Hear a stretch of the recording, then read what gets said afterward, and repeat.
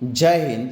Only for study ચેનલમાં તમારા દરેક મિત્રોનું હાર્દિક સ્વાગત છે. તો આજે આપણે વિડીયોમાં જોઈએ કે ગુજરાતની કોઈ પણ સ્પર્ધાત્મક પરીક્ષા હોય અને એના માટે જે મિત્રો એનસીઆરટી છે મહત્ત્વનો ભાગ ભજવે છે. એટલે કે જે એનસીઆરટી મિત્રો જે પુસ્તકો છે એ એનસીઆરટીના પુસ્તકો એનો પાયો ગણાય. અને એટલા માટે આપણે એક નવી સિરીઝ ચાલુ કરી છે કે જેની અંદર ધોરણ 6થી માંડી અને ધોરણ 10 સુધી મિત્રો જેના પુસ્તકો છે એમાંથી આપણે વેરી મોસ્ટ આઈએમપી મિત્રો જે એમસીક્યુ પ્રશ્નો છે આપણે લઈ અને વિડીયો બનાવવાની શરૂઆત કરી છે.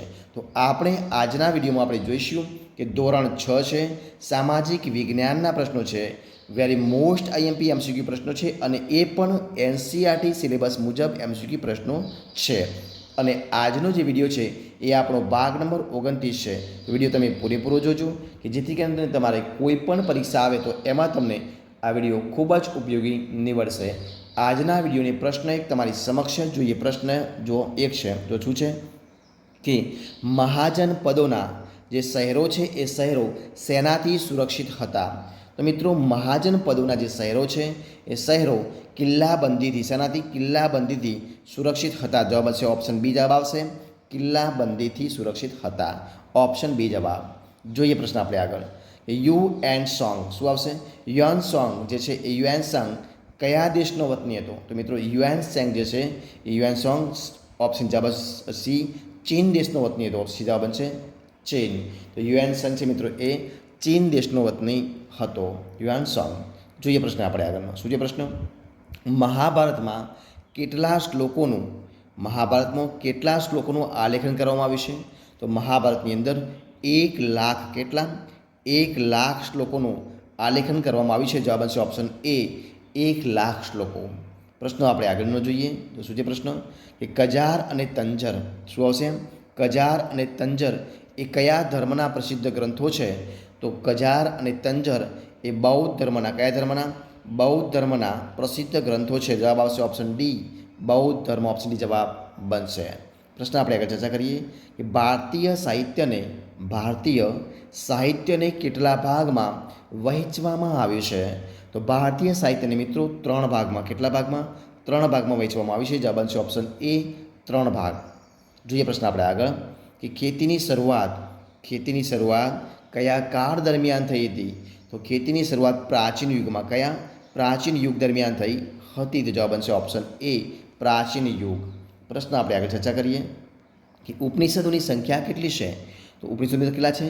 તો ઉપનિષદોની સંખ્યા છે 108 છે. કેટલા છે? 108 ઉપનિષદો. જવાબ આવશે ઓપ્શન બી 108. ઓપ્શન બી જવાબ બનશે. જોઈએ આપણે પ્રશ્ન આગળ ચર્ચા કરીએ કે જે સાહિત્ય, કયું? જે સાહિત્ય ગ્રંથોની વિષયવસ્તુ ધર્મની બહાર છે તે કયા નામે ઓળખાય છે? તો જે સાહિત્ય ગ્રંથોની વિષયવસ્તુ ધર્મની બહાર છે તે ધર્મેતર સાહિત્ય, કયા? ધર્મેતર સાહિત્ય તરીકે ઓળખવામાં આવે છે. શું આવશે? ઓપ્શન સી જવાબ બનશે ધર્મેતર સાહિત્ય. ઓપ્શન સી જવાબ. જોઈએ પ્રશ્ન આપણે આગળનો. જો શું છે પ્રશ્ન? પ્રશ્ન છે કે પ્રયાગ પ્રશસ્તિના, કયા? પ્રયાગ પ્રશસ્તિના લેખક કોણ હતા? તો પ્રયાગ પ્રશસ્તિના લેખક હતા હરિસેન. કોણ હતા? હરિસેન. જવાબ આવશે ઓપ્શન બી હરિસેન હતા. પ્રયાગ પ્રશસ્તિના લેખક હતા હરિસેન. જોઈએ પ્રશ્ન આપણે આગળ કે ભારતના ઉત્તર ભાગના ગામનો વડો કયા નામે ઓળખાતો હતો? તો ભારતના જે મિત્રો ઉત્તર ભાગ છે એ ઉત્તર ભાગના અંદર જે ગામનો વડો છે મિત્રો ગ્રામ ભોજક, કયા નામે? ગ્રામ ભોજક તરીકે ઓળખાતો હતો. જવાબ બનશે ઓપ્શન એ ગ્રામ ભોજક. જોઈએ પ્રશ્ન આપણે આગળ ચર્ચા કરીએ. જો કયો છે પ્રશ્ન કે વલયકૂપ એટલે શું? વલયકૂપ એટલે શું? વલયકૂપ કોને કહેવામાં આવે? તો વલયકૂપ એટલે કૂવા, એટલે જે કૂવા હોય એને વલયકૂપ કહેવામાં આવે છે. જવાબ બનશે ઓપ્શન સી વલયકૂપ. ઓપ્શન જવાબ બનશે કૂવાને. પ્રશ્ન જોઈએ આપણે આગળ કે ઇતિહાસવિદો છે ઇતિહાસવિદો કલાને કેટલા ભાગમાં વહેંચે છે? તો ઇતિહાસવિદો કલાને 2 ભાગમાં, કેટલા ભાગમાં? 2 ભાગમાં વહેંચે છે. જવાબ બનશે ઓપ્શન એ 2 ભાગમાં. ઓપ્શન એ જવાબ બનશે 2 ભાગમાં. જોઈએ પ્રશ્ન આપણે આગળનો કે યુએન સંઘ કોના સમયની અંદર ભારતમાં આવ્યો હતો? તો મિત્રો યુએન સંઘ એ રાજા હર્ષવર્ધનના સમયની અંદર ભારતમાં આવ્યો હતો. જવાબ બનશે ઓપ્શન બી હર્ષવર્ધન. યુએન સંઘ જે છે એ રાજા હર્ષવર્ધનના સમયની અંદર ભારતમાં આવ્યો હતો. જવાબ બનશે ઓપ્શન બી હર્ષવર્ધન. પ્રશ્ન આગળ આપણે ચર્ચા કરીએ. તો શું છે પ્રશ્ન કે ગ્રામ પ્રોજેક્ટ કયો? ગ્રામ પ્રોજેક્ટ તરીકે સામાન્ય રીતે કોણ નિમણૂક થતું હતું? તો ગ્રામ પ્રોજેક્ટ તરીકે સામાન્ય રીતે ગામમાં સૌથી વધુ જમીન ધરાવનાર કોણ? ગામમાં સૌથી વધુ જમીન ધરાવનાર હોય એ નિમણૂક થતું. જવાબ બનશે ઓપ્શન ડી જવાબ બનશે. ગામમાં સૌથી વધુ જમીન ધરાવનાર હોય એ ગ્રામ પ્રોજેક્ટ તરીકે સામાન્ય રીતે નિમણૂક થતા હતા. જવાબ બનશે ઓપ્શન ડી જવાબ. જોઈએ પ્રશ્ન આપણે આગળ કે પ્રાચીન સમયની અંદર જંગલો સાફ કરવા માટે શેનો ઉપયોગ થતો હતો? તો પ્રાચીન સમયમાં જંગલો સાફ કરવા માટે ઓપ્શન બી આવશે.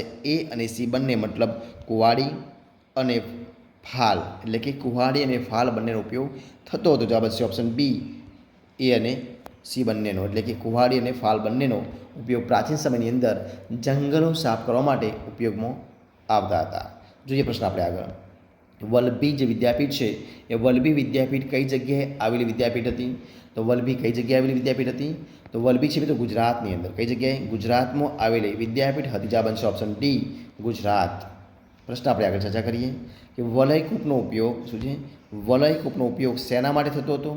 તો વલયકૂપનો ઉપયોગ મિત્રો ઉપરોક્ત તમામ માટે મતલબ ઓપ્શન ડી જવાબ બનશે. એટલે કે વલયકૂપનો ઉપયોગ એ શૌચાલય, કચરાપેટી અને નીક માટે થતો હતો. જે વલયકૂપ છે એ વલયકૂપનો ઉપયોગ શૌચાલય, કચરાપેટી અને નીક માટે, એટલે કે ઉપરોક્ત તમામ માટે થતો હતો. જવાબ બનશે ઓપ્શન ડી જવાબ થશે.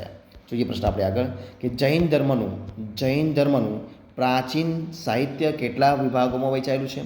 તો જૈન ધર્મનું પ્રાચીન સાહિત્ય જે છે એ બી અને સી બંને ભાગમાં, મતલબ ઓપ્શન એ જવાબ બનશે. એટલે કે બી એટલે કે 12 અંગ અને સી એટલે કે 14 પર્વ અને 28 અંગ. જૈન ધર્મનું પ્રાચીન સાહિત્ય એટલે 12 અંગ, 14 પર્વ અને 28 અંગ એ પ્રમાણે વહેંચાયેલું હતું. તો જવાબ બનશે ઓપ્શન બી અને સી બંને જવાબ આવશે. બરાબર છે? તો એ જવાબ હશે અહીં આપણે એ જવાબ. જોઈએ પ્રશ્ન આપણે આગળ કે ગોમતેશ્વર જે છે એ ગોમતેશ્વરની જૈન મૂર્તિ ગોમતેશ્વરની જૈન મૂર્તિ કઈ જગ્યાએ આવેલી છે? તો મિત્રો ગોમતેશ્વરની જે જૈન મૂર્તિ છે, જૈન મૂર્તિ શ્રવણબેલગોળા કયા જગ્યાએ? જૈન જે છે એ શ્રવણબેલગોળા એ જગ્યાએ આવેલી છે. કોની? તો ગોમતેશ્વરની જૈન મૂર્તિ છે. જૈન મૂર્તિ શ્રવણબેલગોળા, એટલે કે ઓપ્શન ડી જવાબ બનશે. શ્રવણબેલગોળા જગ્યાએ આવેલી છે. જોઈએ પ્રશ્ન આપણે આગળ અને આ વિડીયોનો છેલ્લો પ્રશ્ન આપણે જોવાનો પ્રયત્ન કરી તમારા સમક્ષ મૂકીએ. તો જો શું છે પ્રશ્ન? તો કે ભારતના સૌથી પ્રાચીન ધાર્મિક સાહિત્યમાં શેનો સમાવેશ થાય છે? ભારતના સૌથી પ્રાચીન ધાર્મિક સાહિત્યની અંદર કોનો સમાવેશ થાય છે? તો મિત્રો ભારતની અંદર પ્રાચીન, તો જવાબ આવશે ઓપ્શન ડી વેદોનો. શું આવશે? ઓપ્શન ડી વેદોનો સમાવેશ થાય છે. તો મિત્રો અહીંયા આપણે જે 20 પ્રશ્નો મિત્રો આપણે વિડીયો બનાવી છે એ વિડીયો આપણે અહીંયા સંપૂર્ણપણે પૂરો કરીએ છીએ. જોવા તમને મારો વિડીયો ગમ્યો હોય, પસંદ આવ્યો હોય, યુઝફુલ લાગ્યો હોય તો એને લાઈક કરો, કોમેન્ટ કરો, તમારા મિત્રોને વિડીયો શેર કરો અને છેલ્લે ચેનલમાં નવા હોય, ચેનલ સબસ્ક્રાઈબ ન કરી હોય તો ઓનલી ફોર સ્ટડી ચેનલને સબસ્ક્રાઈબ કરવા માટે વિનંતી છે. મારા વિડીયોને પહેલાંથી અંત સુધી જોવા માટે તમારા દરેક મિત્રોનો હું દિલથી ખૂબ ખૂબ આભાર માનું છું. આપણે ફરી મળીશું એક નવા વિડીયો સાથે, નવા ટોપિક સાથે. ત્યાં સુધી બની રહો. જય હિન્દ, જય ભારત, જય ગરવી ગુજરાત. Best of luck.